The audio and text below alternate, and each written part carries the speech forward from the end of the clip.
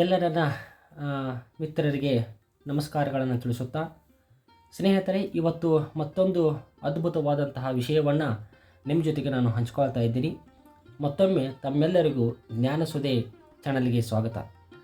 ಸ್ನೇಹಿತರೆ, ಭಾರತ ಸಂವಿಧಾನದ ರಚನೆಯಲ್ಲಿ ಕಂಡುಬರುವಂತಹ ಅತ್ಯಂತ ಪ್ರಮುಖವಾದಂತಹ ಸಂಗತಿ ಅಂತಂದರೆ, ಈ ಭಾರತ ಸಂವಿಧಾನ ರಚನೆಯಲ್ಲಿ ಭಾರತದ ಎಷ್ಟು ಜನ ಮಹಿಳೆಯರು ಭಾಗವಹಿಸಿದ್ದರು ಮತ್ತು ಅವರು ಯಾರು ಅನ್ನೋದನ್ನು ಇವತ್ತು ನಾವು ತಿಳಿದುಕೊಳ್ಳುವಂತಹ ಪ್ರಯತ್ನವನ್ನು ಮಾಡ್ತಾ ಇದ್ದೀವಿ. ಭಾರತ ಸಂವಿಧಾನ ರಚನೆ ಆಗಿದ್ದೇ ಒಂದು ರೋಚಕ ಇತಿಹಾಸ ಮತ್ತು ಸಂಗತಿ. ಬ್ರಿಟಿಷರಿಂದ ವಿಮೋಚನೆಗೊಂಡು ಭಾರತ ಸಂವಿಧಾನವನ್ನು ರಚನೆ ಮಾಡುವಂತಹ ಕಾಲಘಟ್ಟ ಅದು 1946. 1946ರಲ್ಲಿ ಸಂವಿಧಾನವನ್ನು ರಚನೆ ಮಾಡಲಿಕ್ಕೆ ಭಾರತ ಸಂವಿಧಾನ ರಚನಾ ಸಮಿತಿ ಅನ್ನುವಂತಹ ಒಂದು ಸಮಿತಿ ರಚನೆಗೊಂಡಿತು. ಆ ಒಂದು ಸಮಿತಿ ತನ್ನ ಮೊಟ್ಟ ಮೊದಲನೆಯ ಅಧಿವೇಶನವನ್ನು 9 ಡಿಸೆಂಬರ್ 1946ರಂದು ಪ್ರಾರಂಭಗೊಂಡಿತು.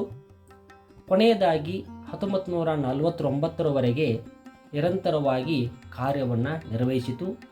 ಈ ಒಂದು ಸಂವಿಧಾನ ರಚನಾ ಸಮಿತಿಯಲ್ಲಿ 22 ಕಮಿಟಿಗಳು ನಿರಂತರವಾಗಿ 2 ವರ್ಷ 11 ತಿಂಗಳು 18 ದಿನಗಳವರೆಗೆ ನಿರಂತರವಾದಂತಹ ಕಾರ್ಯವನ್ನು ನಿರ್ವಹಿಸುವುದವು.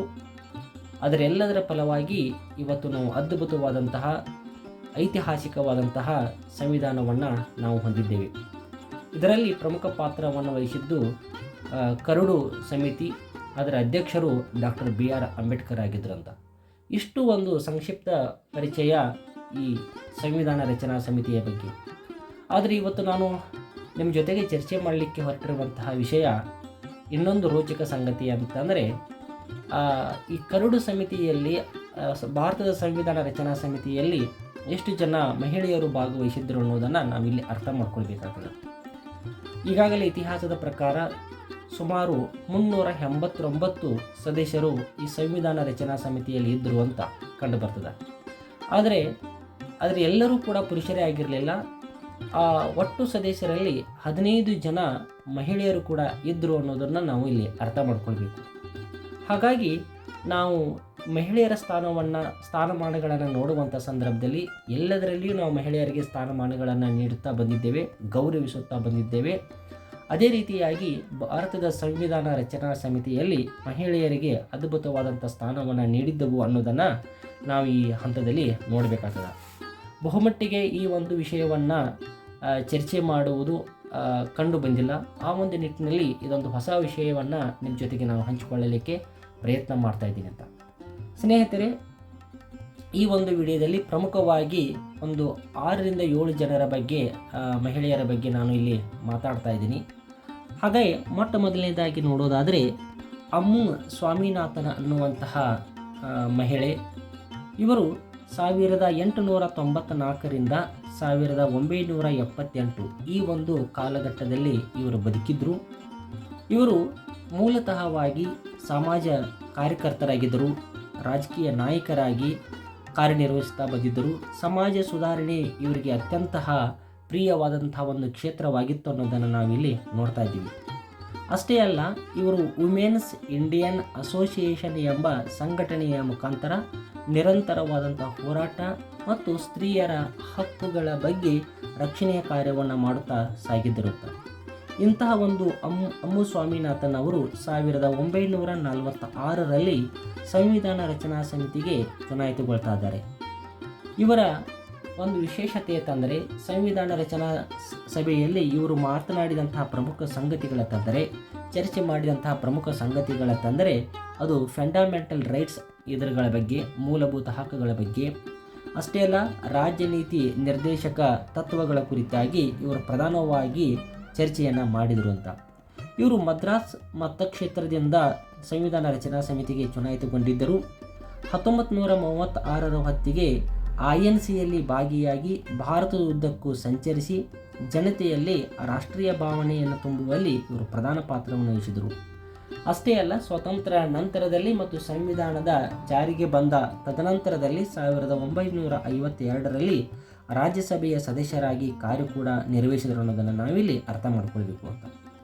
ಇವತ್ತಿನ ನಾವೇನು ಭಾರತದಲ್ಲಿ ಭಾರತ ಸ್ಕೌಟ್ ಆ್ಯಂಡ್ ಗೈಡ್ಸ್ ನೋಡ್ತಾ ಇದ್ದಿಲ್ಲ, ಈ ಭಾರತ ಮತ್ತು ಸ್ಕೌಟ್ ಗೈಡಿದ ಒಂದು ಅಧ್ಯಕ್ಷರಾಗಿ ಕೂಡ ಇವರು 1960ರಿಂದ 1965ರವರೆಗೆ ಅದರ ಅಧ್ಯಕ್ಷತೆಯಾಗಿ ಇವರು ಕಾರ್ಯನಿರ್ವಹಿಸಿದರು. ಹಾಗಾಗಿ ನಮ್ಮ ಸಂವಿಧಾನ ರಚನಾ ಸಮಿತಿಯಲ್ಲಿ ಅಮ್ಮು ಸ್ವಾಮಿನಾಥನ್ ಅವರ ಪಾತ್ರ ಅತ್ಯಂತ ಹಿರಿಯದಾಗಿದೆ ಅನ್ನೋದನ್ನು ನಾವಿಲ್ಲಿ ನೋಡ್ತಾ ಇದ್ದೀವಿ ಅಂತ.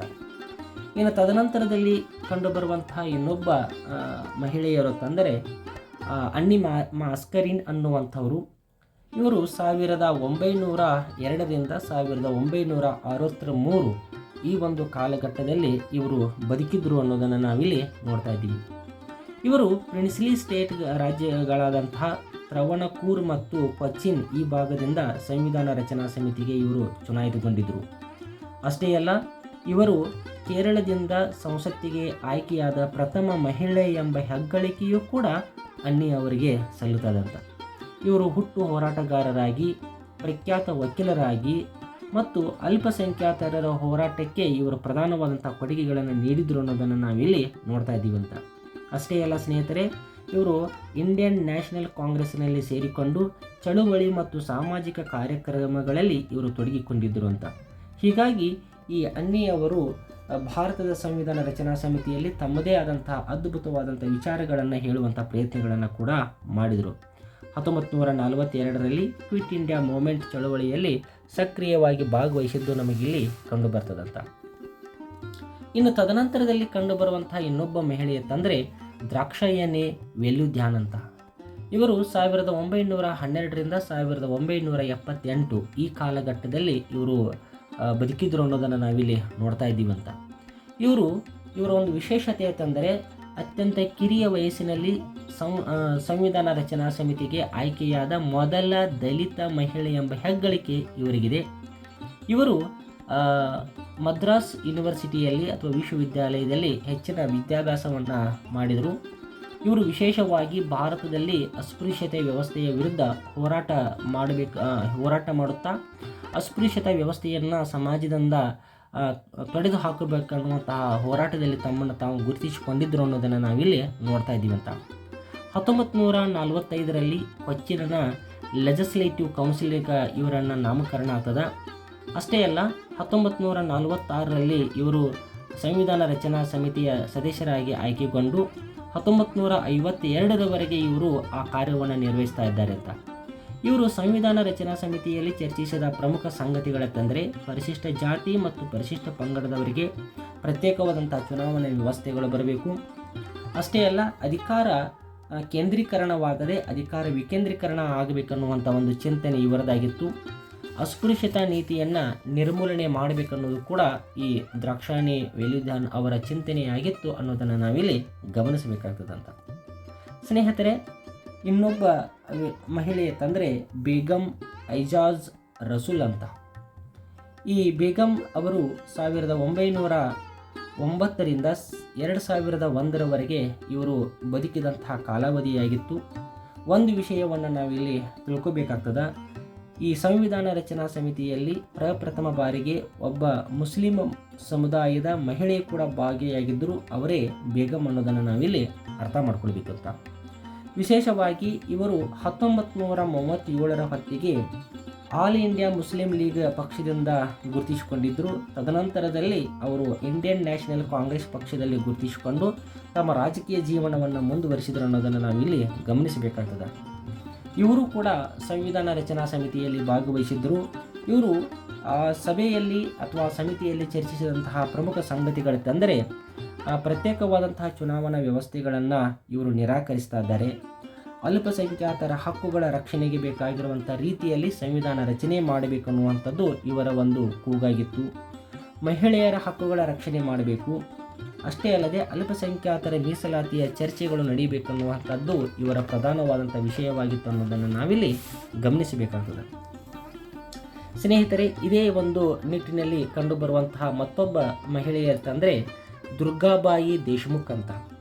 1909ರಿಂದ 1982 ಇದು ಇವರ ಒಟ್ಟು ಜೀವಿತ ಅವಧಿಯ ಕಾಲ ಅನ್ನೋದನ್ನು ನಾವಿಲ್ಲಿ ಅರ್ಥ ಮಾಡ್ಕೊಳ್ಬೇಕು. ದುರ್ಗಾಬಾಯಿ ಅವರು ಪ್ರಖ್ಯಾತ ವಕೀಲರಾಗಿದ್ದರು, ಸ್ವತಂತ್ರ ಹೋರಾಟಗಾರರಾಗಿದ್ದರು, ಸಮಾಜ ಸುಧಾರಕರಾಗಿದ್ದರು. ಅಷ್ಟೇ ಅಲ್ಲ ಒಬ್ಬ ಮುತ್ಸದಿ ರಾಜಕಾರಣಿಯಾಗಿದ್ದರು. ಹೀಗಾಗಿ ಇವರು ಭಾರತದ ಚಳುವಳಿಯಲ್ಲಿ ಅತ್ಯಂತ ಒಂದು ಉತ್ಸಾಹದಿಂದ ಪಾಲ್ಗೊಂಡಿದ್ದರು ಅನ್ನೋದನ್ನು ನಾವಿಲ್ಲಿ ಅರ್ಥ ಮಾಡ್ಕೊಳ್ಬೇಕಂತ. ಇವರು ಸೆಂಟ್ರಲ್ ಸೋಷಿಯಲ್ ವೆಲ್ಫೇರ್ ಬೋರ್ಡನ ಸ್ಥಾಪಕ ಅಧ್ಯಕ್ಷರಾಗಿ ಕಾರ್ಯವನ್ನು ನಿರ್ವಹಿಸಿದರು ಅನ್ನೋದನ್ನು ನಾವಿಲ್ಲಿ ಅರ್ಥ ಮಾಡ್ಕೊಳ್ಬೇಕು. ಈ ದುರ್ಗಾಬಾಯಿ ದೇಶ್ಮುಖ್ ಅವರು ಗಾಂಧೀಜಿಯವರ ಅನುಯಾಯಿಗಳಾಗಿದ್ದರಿಂದ ಅತ್ಯಂತ ಸರಳವಾದಂತಹ ಒಂದು ಜೀವನವನ್ನು ನಡೆಸುತ್ತಾ ಸ್ವತಂತ್ರ ಹೋರಾಟದಲ್ಲಿ ಇವರು ಭಾಗವಹಿಸಿದ್ರು ಅನ್ನೋದನ್ನು ನಾವಿಲ್ಲಿ ಅರ್ಥ ಮಾಡ್ಕೊಳ್ಬೇಕಂತ. ಇವರು ಕೂಡ ಈ ಒಂದು ಸಮಿತಿಯಲ್ಲಿ ಭಾಗವಹಿಸಿ ಅನೇಕ ಸ್ತ್ರೀಯ ಪರವಾದಂಥ ವಿಚಾರಗಳನ್ನು ಮಂಡಿಸಿದರು ಅನ್ನೋದನ್ನು ನಾವಿಲ್ಲಿ ನೋಡ್ತಾ ಇದ್ದೀವಿ ಅಂತ. 1952ರಲ್ಲಿ ಪ್ಲ್ಯಾನಿಂಗ್ ಕಮಿಷನ್ ಸದಸ್ಯರಾಗಿ ಕೂಡ ಇವರು ಕಾರ್ಯನಿರ್ವಹಿಸಿದರು. ಇವರಿಗೆ ಸಂದಂತಹ ಪ್ರಶಸ್ತಿಗಳಂತಂದರೆ ಪೌಲ್ ಜಿ ಹಾಫ್ಮನ್ ಅಂತ, ನೆಹರು ಲಿಟ್ರಸಿ ಅಂತ, ಆಮೇಲೆ ಮೂರನೇದಾಗಿ ಯುನೆಸ್ಕೋ ಪ್ರಶಸ್ತಿ, ನಾಲ್ಕನೇದು ಪದ್ಮವಿಭೂಷಣ. ಹೀಗೆ ದುರ್ಗಾಬಾಯಿ ದೇಶ್ಮುಖ್ ಅವರು ಕೂಡ ಸಂವಿಧಾನ ರಚನಾ ಸಮಿತಿಯಲ್ಲಿ ಪ್ರಧಾನ ಪಾತ್ರ ವಹಿಸಿದ್ರು ಅನ್ನೋದನ್ನು ನಾವಿಲ್ಲಿ ನೋಡ್ತಾ ಇದ್ದೀವಿ ಅಂತ. ಸ್ನೇಹಿತರೆ, ಮುಂದಿನ ಒಂದು ಮಹಿಳೆಯತ್ತಂದರೆ ಹಂಸ್ ಜೀವರಾಜ್ ಮೆಹ್ತಾ ಅಂತ. ಇವರು 1897ರಿಂದ 1995ರವರೆಗೆ ಇವರು ಒಟ್ಟು ಜೀವಿತ ಅವಧಿ ಅಥವಾ ಈ ಒಂದು ಕಾಲಘಟ್ಟದಲ್ಲಿ ಇವರು ಬದುಕಿದ್ರು ಅನ್ನೋದನ್ನು ನಾವು ಅರ್ಥ ಮಾಡ್ಕೊಳ್ಬೇಕು. ಇವರು ಕೂಡ ಒಬ್ಬ ಶ್ರೇಷ್ಠ ಸಾಮಾಜಿಕ ಕಾರ್ಯಕರ್ತೆಯಾಗಿ, ಸ್ತ್ರೀವಾದಿಯಾಗಿ, ಸ್ತ್ರೀಯರ ಚಳುವಳಿಗಳಲ್ಲಿ ಹೆಚ್ಚಾಗಿ ಗುರುತಿಸಿಕೊಂಡು ಸ್ತ್ರೀ ಪರವಾದಂತಹ ಚಳುವಳಿಗಳಲ್ಲಿ ಒಬ್ಬ ನಾಯಕಿಯಾಗಿ ಗುರುತಿಸಿಕೊಂಡಿದ್ರು. ಅಷ್ಟೇ ಅಲ್ಲ, ಇವರು ದೇಶ ಸೇವಿಕಾ ದಳ ಎಂಬಂತಹ ಸಂಸ್ಥೆಯನ್ನು ಪ್ರಾರಂಭಿಸಿದರು. ಈ ಒಂದು ಹಿನ್ನೆಲೆಯಲ್ಲಿ ಮೂಲಭೂತ ಹಕ್ಕುಗಳನ್ನು ಪ್ರತಿಪಾದನೆ ಮಾಡುತ್ತಾ ದೇಶದ ತುಂಬ ಇವರು ಖ್ಯಾತಿಯನ್ನು ಪಡೆದುಕೊಂಡಿದ್ದರು. 1946ರಲ್ಲಿ ಆಲ್ ಇಂಡಿಯಾ ವುಮೆನ್ಸ್ ಕಾನ್ಫರೆನ್ಸ್, ಅದಕ್ಕೆ ನಾವು ಶಾರ್ಟ್ ಫಾರ್ಮ್ದಲ್ಲಿ AIWC ಅಂತ ಕರಿತಾ ಇದ್ದೀವಿ, ಅದರ ಕಾರ್ಯಾಧ್ಯಕ್ಷರಾಗಿ ಸೇವೆಯನ್ನು ಸಲ್ಲಿಸಿದರು ಅನ್ನೋದನ್ನು ನಾವಿಲ್ಲಿ ಅರ್ಥ ಮಾಡ್ಕೊಳ್ಬೇಕಂತ. ಈ ಒಂದು ಹಂಸ್ ಮೆಹ್ತಾ ಅವರು ಸಂವಿಧಾನ ರಚನಾ ಸಮಿತಿಯಲ್ಲಿ ಸ್ತ್ರೀವಾದ ವಿಚಾರಗಳನ್ನು, ಸ್ತ್ರೀಯರ ಹಕ್ಕುಗಳನ್ನು, ಸ್ತ್ರೀ ಪರವಾದಂಥ ಚಿಂತನೆಗಳನ್ನು ಚರ್ಚೆ ಮಾಡಿದರು ಅಂತ. ಅಷ್ಟೇ ಅಲ್ಲ, ಹಿಂದೂ ಕೋಡ್ ಬಿಲ್ ಕುರಿತಾಗಿ ಇವರು ಚರ್ಚೆ ಆ ಸಮಿತಿಯಲ್ಲಿ ಇತ್ತು ಅನ್ನೋದನ್ನು ನಾವಿಲ್ಲಿ ಅರ್ಥ ಮಾಡ್ಕೊಳ್ತಾ ಇದ್ದೀವಿ. ಅಂತಹ ಒಬ್ಬ ಮಹಿಳೆಗೆ ಪದ್ಮಭೂಷಣ ಪ್ರಶಸ್ತಿಯನ್ನು ನೀಡಿ ಸನ್ಮಾನಿಸಲಾಯಿತು ಅನ್ನೋದನ್ನು ಕೂಡ ನಾವಿಲ್ಲಿ ನೋಡ್ತಾ ಇದ್ದೀವಿ ಅಂತ. ಸ್ನೇಹಿತರೆ, ಈ ರೀತಿಯಾಗಿ ನಾವು ಈ ಒಂದು ಭಾರತದ ಶ್ರೇಷ್ಠ ಮಹಿಳೆಯರು ಭಾರತದ ಸಂವಿಧಾನದಲ್ಲಿ ಭಾಗವಹಿಸಿದ್ರು ಅನ್ನೋದನ್ನು ನಾವಿಲ್ಲಿ ನೋಡ್ತಾ ಇದ್ದೀವಿ ಅಂತ. ಇನ್ನೊಬ್ಬ ವೀರ ಮಹಿಳೆ ಇಲ್ಲಿ ಭಾರತದ ಸಂವಿಧಾನ ರಚನಾ ಸಮಿತಿಯಲ್ಲಿ ಭಾಗವಹಿಸಿದ್ರು. ಅವರು ಯಾರಪ್ಪ ಅಂತಂದರೆ ಕಮಲಾ ಚೌಧರಿ ಅಂತ. ಕಮಲಾ ಚೌಧರಿ ಅವರು 1908ರಿಂದ 1970 ಇವರು ಒಟ್ಟು ಜೀವಿತ ಅವಧಿ ಅಥವಾ ಕಾಲಾವಧಿಯಲ್ಲಿ ಬದುಕಿದ್ರು ಅನ್ನೋದನ್ನು ನಾವಿಲ್ಲಿ ನೋಡ್ತಾ ಇದ್ದೀವಿ. ಈ ಕಮಲಾ ಚೌಧರಿ ಒಬ್ಬರು ಈ ದೇಶ ಕಂಡ ಒಬ್ಬ ಶ್ರೇಷ್ಠ ಹಿಂದಿ ಕಥೆಯ ಬರಹಗಾರರಾಗಿದ್ದರು ಅನ್ನೋದನ್ನು ನಾವಿಲ್ಲಿ ಅರ್ಥ ಮಾಡ್ಕೊಳ್ಬೇಕು. ಅನೇಕ ಹಿಂದಿಯಲ್ಲಿ ಕಥೆಗಳನ್ನು ಬರೆಯೋದ್ರ ಮೂಲಕ ಒಬ್ಬ ಶ್ರೇಷ್ಠ ಸಾಹಿತಿಯಾಗಿದ್ದರು ಅನ್ನೋದನ್ನು ನಾವಿಲ್ಲಿ ಅರ್ಥ ಮಾಡ್ಕೊಳ್ಬೇಕು. 1930ರಲ್ಲಿ ಇವರು ಕಾನೂನು ಭಂಗ ಚಳುವಳಿಯಲ್ಲಿ ಭಾಗಿಯಾಗುವುದರ ಮೂಲಕ ಜೈಲು ವಾಸವನ್ನು ಕೂಡ ಅನುಭವಿಸಿದ್ರು ಅನ್ನೋದನ್ನು ನಾವಿಲ್ಲಿ ನೋಡ್ತಾ ಇದ್ದೀವಿ ಅಂತ. ಅಷ್ಟೇ ಅಲ್ಲ, ಇವರು ಆಲ್ ಇಂಡಿಯಾ ಕಾಂಗ್ರೆಸ್ ಕಮಿಟಿಯ 54ನೆಯ ಅಧಿವೇಶನದ ಉಪ ಚೇರ್ಮನ್ರಾಗಿಯೂ ಕೂಡ ಕಾರ್ಯನಿರ್ವಹಿಸಿದಂಥ ಹೆಗ್ಗಳಿಕೆ ಕಮಲಾ ಚೌಧರಿ ಅವರಿಗಿದೆ. ಅಷ್ಟೇ ಅಲ್ಲ, ಇವರು ಸ್ವಾತಂತ್ರ್ಯ ಪೂರ್ವದಲ್ಲಿ ಹಳ್ಳಿಯ ಹೆಣ್ಣು ಮಕ್ಕಳು ಮತ್ತು ಹಿಂದುಳಿದ ವರ್ಗದವರಲ್ಲಿ ಶಿಕ್ಷಣವನ್ನು ನೀಡುವಂತಹ ಒಂದು ಪ್ರಯತ್ನವನ್ನು ಮಾಡಿದರು. ಜ್ಞಾನವನ್ನು ತುಂಬುವಂಥ ಪ್ರಯತ್ನಗಳನ್ನು ಇವರು ಮಾಡಿದರು, ಕಮಲಾ ಚೌಧರಿ ಅನ್ನೋದನ್ನು ನಾವಿಲ್ಲಿ ಗಮನಿಸಬೇಕಾಗ್ತದಂತ. ಸ್ನೇಹಿತರೆ, ಇಷ್ಟು ಮಾಹಿತಿಯನ್ನು ನಾನು ನಿಮಗೆ ಒದಗಿಸ್ತಾ ಇದ್ದೀನಿ. ಇಲ್ಲಿ ಭಾರತದ ಸಂವಿಧಾನ ರಚನಾ ಸಮಿತಿಯಲ್ಲಿ ಕೇವಲ ಪುರುಷರಷ್ಟೇ ಇರಲಿಲ್ಲ, ಪ್ರಖ್ಯಾತ ಮಹಿಳೆಯರಿದ್ದರು. ಬೇರೆ ಬೇರೆ ಕ್ಷೇತ್ರಗಳಲ್ಲಿ ಸಾಧನೆ ಮಾಡಿದಂತಹ ಒಂದು ಶ್ರೇಷ್ಠ ಮಟ್ಟದ ಮಹಿಳೆಯರು ಕೂಡ ಭಾಗವಹಿಸಿದ್ರು. ಹಾಗಾಗಿ ಇದನ್ನು ಒಟ್ಟಾರೆಯಾಗಿ ನೋಡೋದಂದರೆ ಭಾರತದ ಸಂವಿಧಾನದ ಮಾತೆಯರು ಅಂತ ನಾವಿಲ್ಲಿ ಅವರನ್ನು ಪ್ರೀತಿಯಿಂದ ಕರಿತಾ ಇದ್ದೀವಿ. ಅಂತಹ ಒಂದು ಹಿನ್ನೆಲೆಯಲ್ಲಿ ಈ ನಮ್ಮ ಭಾರತದ ವಿವಿಧ ಭಾಗಗಳಿಂದ ಮಹಿಳೆಯರು ಭಾರತದ ಸಂವಿಧಾನದಲ್ಲಿ ಭಾಗವಹಿಸಿ ತಮ್ಮದೇ ಆದಂಥ ಅದ್ಭುತ ಒಂದು ಕೊಡುಗೆಯನ್ನು ನೀಡಿದ್ದರು ಅನ್ನೋದನ್ನು ನಾವಿಲ್ಲಿ ಸ್ಮರಿಸಿಕೊಳ್ಳುತ್ತಾ ಇನ್ನು ಮುಂದಿನ ಒಂದು ವಿಡಿಯೋದಲ್ಲಿ ಉಳಿದ ಮಹಿಳೆಯರ ಬಗ್ಗೆ ನಾನು ಮತ್ತಷ್ಟು ಮಾಹಿತಿಯನ್ನು ನಿಮ್ಮ ಜೊತೆಗೆ ನಾನು ಇಲ್ಲಿ ಹಂಚಿಕೊಳ್ತಾ ಇದ್ದೀನಿ. ಈ ಒಂದು ಮಾಹಿತಿ ತಮ್ಮೆಲ್ಲರಿಗೂ ಉಪಯುಕ್ತವಾಗಿದೆ ಎನ್ನುವಂತಹ ಒಂದು ಆಶಯ ಜೊತೆಗೆ ಈ ಒಂದು ವಿಡಿಯೋವನ್ನು ನಾನು ಇಲ್ಲಿ ಮುಗಿಸ್ತಾ ಇದ್ದೀನಿ. ನಮಸ್ಕಾರ, ಧನ್ಯವಾದಗಳು.